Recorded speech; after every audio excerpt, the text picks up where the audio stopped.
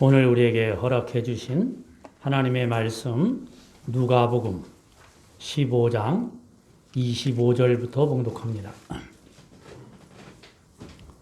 누가복음 15장 25절부터 32절까지를 봉독합니다.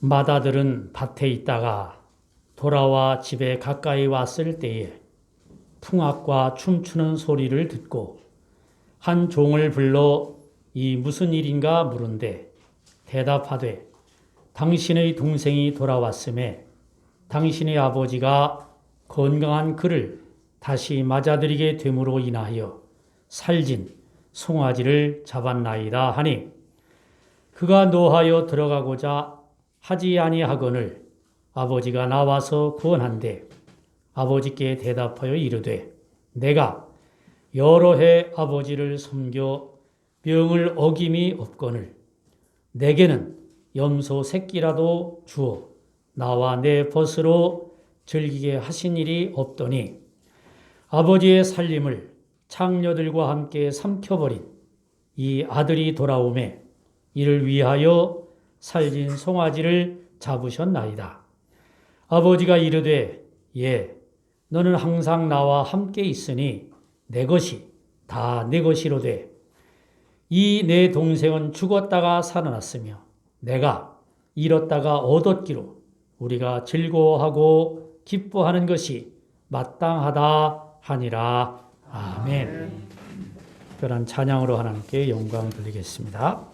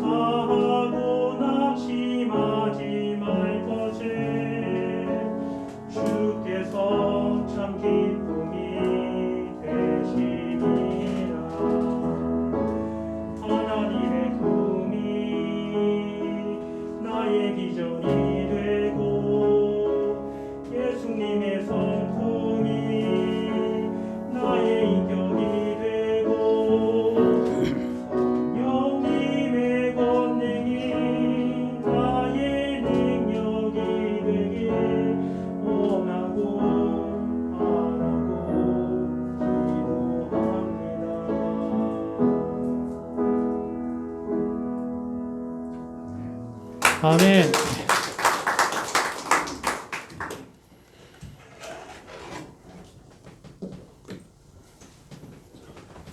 여러분 혹시 아시는 대로 운동선수들이 한참 운동을 하다가 이름을 바꾸는 선수들이 가끔 있습니다. 이름을 바꾸고 새로운 마음으로 운동을 한다. 그래서 성공한 사람들도 가끔 있어요. 이름 바꾸면 다 성공하냐? 그렇진 않죠. 아무 개가 이름 바꿔가지고 성공했지 않냐고. 이름 안 바꾸고 성공한 사람이 더 많아요. 그죠? 이름을 잘 지어서 성공하는 거예요? 이름 잘 못 지은 것 같은데도 성공한 사람이 많다 이 말이에요. 이름과 성공하는 것과는 사실은 크게 관련이 없습니다. 매일 이름을 짓는 일에 수고하는 사람들을 그걸 직업으로 삼는 사람들도 있어요. 이 목사도 일주일에 한 번씩은 제목을 정하는 일 때문에 생각을 할 때가 있습니다. 성경 여러분 다 보잖아. 여러분 다 읽잖아요. 근데 성경을 읽어놓고 설교를 준비하는데 제목을 뭐로 정하냐, 그게 굉장히 중요하거든요. 주일 낮예배 설교 제목은 가능하면 일반인이 접하기 쉬운, 예수 안 믿는 사람이 들어도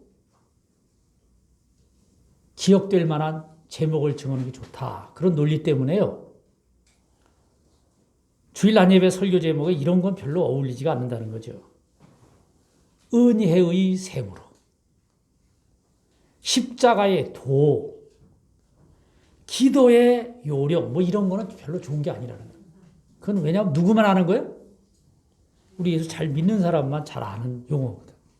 그러니까 예수 안 믿는 사람이 처음 와서 이렇게 들어도 닿을 만한 제목을 정하는 게 좋다. 그런 예수 믿는 사람끼리 은혜 받는 제목은 주일 오후 예배나 수요일 예배나 이런 때가 좋다는 거예요. 그래서 우리끼리만 아는 용어로 제목을 정하는 건 주일 낮 예배에는 별로 어울리는 게 아니다. 그런 생각 때문에 저는 주일 낮 예배 설교 제목은 그냥 보통으로 짓습니다. 오늘 설교 제목이 뭐예요? 마음이 떠났으니. 예수 안 믿는 사람도 다 이해할 만한 말. 어떤 사람에게 아들이 둘이 있었다는 거 아니에요. 근데 늘 누가 문제예요? 작은 아들입니다. 내 거 달라고 내 거. 그래서 할 수 없이 아버지가 재산을 나누어 줬습니다. 며칠이 안 돼요. 오늘 성경 말씀에 13절에 보면 둘째 아들이 재물을 다 모아가지고 먼 나라에 가서 거기서 허랑방탕하여 그 재산을 낭비하더니. 옛날 말이에요. 요새 만약에 여러분 이게 두 아들 중에 어떤 아들이 괜찮을 것 같아? 요새는요, 작은 아들 같은 놈이 괜찮은 거예요. 왜? 빨리 떠나야 돼. 그죠? 우리나라 유명한 재벌 회장님 돌아가셨지만 그분이 어디 시골에서 강원도에서 어디서 집 나올 때 뭐 해가지고 나왔다고요? 소 한 마리 팔아가지고 도망쳐 나왔다는 거 아니야. 크게 재벌이 돼가지고 고향 돌아갈 때 소 몇 마리 가지고 돌아갔다고? 차에다 잔뜩 싣고 북한으로 갔어요. 그거 다 가져간 게 아니야. 일부 얼마 조금 가지고 간 거예요. 그런 아들이 좋아요? 아니면 그냥 아버지의 말 잘 듣고 집에서 충성하고 농사가 죽도록 농사만 지는 그런 아들이 좋은 거예요? 요새 어떤 아들이 좋은 거예요? 이거 뒤집어 생각하면 시대에 따라 달라지는 거잖아요. 오히려 이 작은 아들이 괜찮은 아들이 요새는. 그런데 큰 아들은 반대였다는 거죠. 큰 아들은 뭐예요? 요새 용어로 말하면 뭐예요? 여러분 범생이라고 아세요? 범생이 말 잘 듣고 고분고분하고 절대로 사고 안 치고 그런 애들을 우리가 요새 뭐라 그래? 범생이라고 그래. 모범생이라 이 말이야. 범생이. 아무것도 못해. 거기 벗어나면 끝이야. 근데 큰 아들은 그런 아들이었다 이 말이야. 작은 아들이 떠났어요. 재산을 다 탕진했습니다. 거지가 됐습니다. 밥을 굶었습니다. 그러다가 이제 할 수 없이 작은 아들이 먹고 살 일이 없으니까 아버지에게 돌아왔다는 것이죠. 오늘 읽어드린 성경 바로 앞에 있는 17절에 이렇게 되어 있습니다. 이에 스스로 돌이켜 이르되 내 아버지에게는 양식이 풍족한 품꾼이 얼마나 많은가. 나는 여기서 주려 죽는구나. 내가 일어나 아버지께 가서 이르기를 아버지 내가 하늘과 아버지께 죄를 지었사오니 지금부터는 아버지의 아들이라 일컬음을 감당하지 못하겠나이다. 나를 품꾼의 하나로 보소서 하리라 하고 집에 돌아왔어요. 나를 아들이라 그러지 말고 이제 뭘로 받아달라고요? 품꾼으로. 지가 품꾼이라 할 수 있는 거요? 일을 해봤어야지.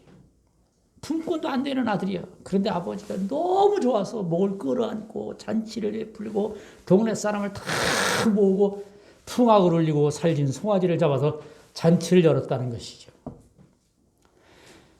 이 성경 내용을 우리가 그동안에는 이렇게 제목을 삼았습니다. 이 비유를 뭐라고 했어요? 옛날에 우리가? 탕자의 비유라고 그랬어요. 탕자의 비유다. 근데 이 제목이 좀 잘못됐다는 거죠. 이건 집을 나간 방탕한 아들의 이야기가 아니고 이 성경은 뭐가 주제예요? 아버지가 주제예요. 아버지가. 모든 것을 버리고 나갔던 아버들이 되돌아오니 아버지가 너무 좋아서 아버지가 너무 감격해서 아들을 기다리던 아버지의 마음 이게 사실 주제거든요. 그러니까 아들의 얘기가 아니고 이거 누구의 얘기야? 아버지 얘기다. 그 제목을 잡으려면 탕자의 비유다 그러지 않고 아버지의 마음을 나타내는 비유다. 이렇게 말하는 게 좋다. 우리 아버지가 그런 아버지예요. 근데 오늘 저는요. 아버지의 마음도 아니고 탕자의 비유도 아니고 뭔 얘기를 하려고 그래? 큰아들 얘기를 하려고 그러는 거예요. 큰아들 얘기. 오늘 큰아들 얘기가 시작됩니다. 맏아들은 밭에 있다가 돌아와 집에 가까이 왔을 때에 풍악과 춤추는 소리를 듣고 한 종을 불러 이 무슨 일인가 물은데 대답하되 당신의 동생이 돌아왔음에 당신의 아버지가 건강한 그를 다시 맞아들이게 됨으로 인하여 살진 송아지를 잡았나이다 하니 누가 왔다고? 아버지 아들이 왔다가 아니야. 누가 왔어? 동생이 왔다 이거야. 동생. 그런데 이 아들이 이렇게 했습니다. 28절. 그가 노하여 들어가고자 하지 아니하거늘 아버지가 나와서 권한대. 아버지께 대답하여 이르되 내가 여러 해 아버지를 섬겨 명을 어김이 없거늘 내게는 염소 새끼라도 주어 나와 내 벗으로 즐기 하신 일이 없더니 아버지의 살림을 창녀들과 함께 삼켜버린 이 아들이 돌아오매 이를 위하여 살진 송아지를 잡으셨나이다. 아버지 잘했다는 거예요? 못했다는 거예요? 못했다는 거예요. 나는 아버지 명을 한 번도 어긴 적이 없고 나는 집을 떠난 적이 없어. 집을. 그 작은 아들 그놈 집 떠났잖아. 집을 떠난 적이 없는 아들. 그저 기회만 있으면 집 떠나려고 하는 아들. 어떤 아들이 좋아요? 옛날 어른들이 볼 때는 이놈이 괜찮은 거예요. 근데 요새는 어떻다고? 집 나가야 돼 빨리. 요새 현대는 가서 뭐 성공해야 되잖아 나와서. 여러분 집을 한 번도 떠난 적이 없는 큰아들. 그 괜찮은 아들이야. 범생인데 문제는 뭐예요? 너는 집을 떠난 적은 없지만 뭐는 떠났다? 마음은 떠나 있었잖아. 마음이. 이 아버지와 마음을 함께 한 적이 없잖아요. 여러분 집을 떠났냐 안 떠났냐가 중요한 게 아니라 마음이 함께 있었냐 마음을 함께 했냐 이게 중요하잖아요. 아버지와 마음을 같이 했냐 아버지와 함께 눈물을 흘리고 아버지와 함께 애를 태우면서 동생을 기다려본 적이 있냐 이 말이에요. 동생을. 아버지가 너무 애타하시니 동생 어디 가는지 한번 찾아 나서 본 적이 있냐 이 말이야. 동생만도 못한 아들이. 마음이 떠난 큰아들. 마음이 떠난 큰아들. 여러분 어떤 성서학자는 이렇게 설명을 했습니다. 이 큰아들은 누구와 같다? 예수 잘 믿고 죄도 한 번도 짓지 않고 기도를 열심히 하고 하나님의 법을 잘 따르고. 누구요? 예수 잘 믿은 아들이요. 예수도 안 믿고 하나님 말씀도 듣지 아니하고 허랑방탕. 예수 안 믿은 사람을 가르치는 뜻이라 이렇게 해석을 한 적도 있습니다. 그런데 아버지와 마음을 함께 하지 아니한 이 큰아들, 뭐가 문제냐? 이게 문제입니다. 이게 문제입니다. 오늘 성경 말씀을 이렇게 말합니다. 28절. 그가 노하여 들어가고자 아니하거늘 아버지가 나와서 권한대 아버지께 대답하여 이르되 내가 여러 해 아버지를 섬겨 명을 어김이 없거늘 내게는 염소 새끼 하나라도 주어 나와 내 벗으로 즐기게 하신 일이 없더니 그 다음이 더 중요합니다. 아버지의 살림을 창녀들과 함께 삼켜버린 이 아들이 돌아오매 이를 위하여 살진 송아지를 잡으셨나이다. 여러분, 마음이 없는 사람은요, 마음이 떠난 사람은 자기 형제를 향하여 공격적이에요. 공격적이래요. 강경해요. 자기 동생에 대해. 쓸데없이 공격적이라 이 말이에요. 아니, 자기 동생이 창녀들과 놀아나는 거 봤어요, 못 봤어요? 에? 자기 동생이 나가서 창녀들과 놀아나고 돈 다 봤어요? 못 봤잖아. 그 사실도 아니야. 그 후 며칠이 안 되어 둘째 아들이 재물을 다 모아가지고 먼 나라에 가서 허랑방탕하여 그 재산을 낭비하더니, 단지 허랑방탕하여 재산을 낭비하기는 했지만 장녀들과 이런 건 없어, 기록에. 근데 왜 어디서 보지도 못한 걸 본 것처럼 말하는 거예요? 쓸데없이 공격적이래 말이에요, 다른 사람. 옛날 우리가 잘 모를 때 그랬습니다. 그런 자식은 밥을 굶기라고. 옛날 부모들이 무식해가지고 그런 거예요. 왜? 공부 못하니까 밥 굶기라는 거예요. 제 생각 거꾸로요. 그 아버지 공부 잘해서 밥 먹는 거예요, 지금? 에? 공부 잘하는 놈만 밥 먹이라니. 그럼 아버지 공부 잘해가지고 밥 잡수냐고. 쓸데없이 자녀를 공격적인 언사로 비하하는 경우가 참 많았습니다. 우리 너무 강경해. 너무 공격적이야, 이웃에 대해서. 요새 우리 정치판 보셔요. 이 같은 백성이야? 이게 한 나라에 사는 백성 맞아? 야, 원수도 그런 원수가 없어. 왜 이렇게 공격적이야? 마음이 없으니까. 제가 먼저 심호하던 교회에서 이제 교회를 새로 건축을 했습니다. 건축하는 동안에 예배를 딴 데서 봐야 되잖아. 그 옆에 예식장이 있어가지고 예식장에서 이 건물을 빌려가지고 예배를 드리면서 교회를 지었거든요. 근데 예식장이 팔렸어. 예식장이 팔려가지고 이제 새로 들어온 사장이 빨리 공간을 비워놓으라는 거예요. 그래서 막 교회를 한쪽에 짓는데 이건 비워놓으라니까. 그래서 억지로 해가지고 이제 또 임시로 1층에 가서 1층만 문도 달지 않고 예배를 드렸습니다. 한 두 주를. 문도 못 달고 추운 겨울인데요. 그래가지고 막 서둘러 이제 크리스마스 날 본당을 이제 올라가게 된 거예요. 본당을. 야, 그래도 그냥 교회를 새로 지어서 이제 본당 들어가기 위해서 얼마나 좋아. 그런데 아침부터 오늘 장로님이어서 소리를 고래고래 지르면서 돌아다니는 거예요. 그래서 밑에 있다 제가 깜짝 올라갔더니 문이 이렇게 닫히는데 문짝이 싹 라인이 안 맞는 거예요. 문이. 이런 새끼들은 돈 주지 말아야 된다고 막. 왜? 왜 돈 주지 말아야 돼?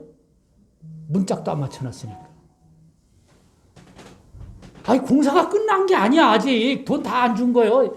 이런 뭐는 돈 주지 말아야 된다고. 그래서 제가 화를 냈습니다. 장로님, 오늘 좋은 날 왜 이러시냐고.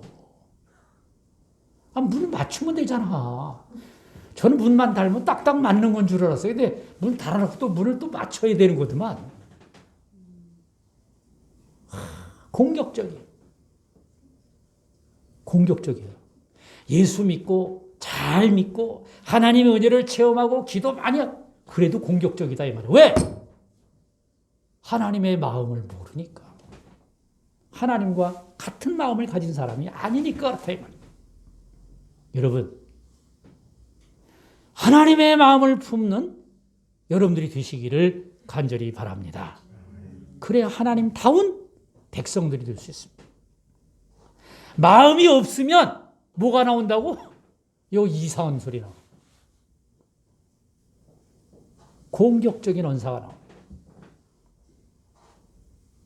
쓸데없이 상대방을 강하게 공격해야 이기는 것으로 착각을 합니다.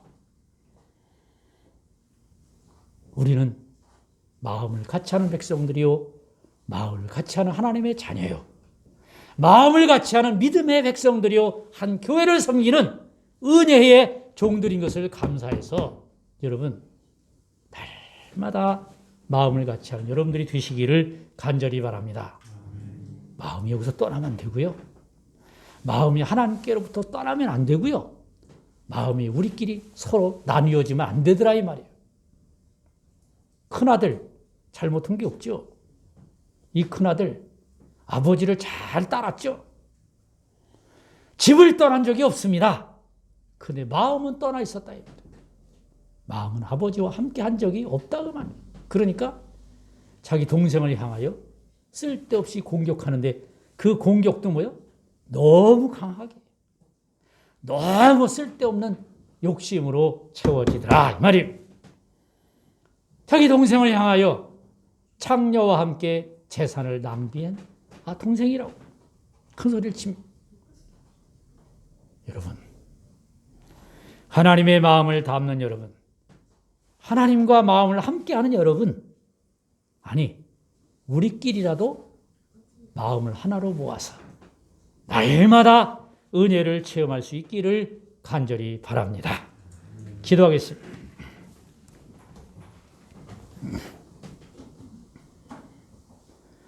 거룩하신 아버지 하나님, 주의 이름으로 우리를 택하여 세우시고 하나님의 거룩한 자녀가 되게 하셨음을 감사합니다. 하나님의 마음을 담는, 하나님과 마음을 같이 하는 믿음의 자녀들이 되도록 역사해 주시옵소서. 하나님이 우리를 사랑하셨사오니 우리도 하나님을 사랑하게 하시고 내가 너희를 사랑한 것처럼 너희 형제들을 사랑하라 명하신 뜻을 따라 내 형제를 사랑하는 이웃들이 되도록 역사해 주시옵소서. 아버지 하나님, 쓸데없이 형제를 비난하는 일이 없게 하시고 쓸데없이 형제를 공격하는 일이 없도록 우리의 마음을 모아 주시옵소서. 은혜로 충만하게 하셔서 내가 받은 은혜 때문에 형제를 더욱 사랑할 수 있도록 인도해 주시옵소서.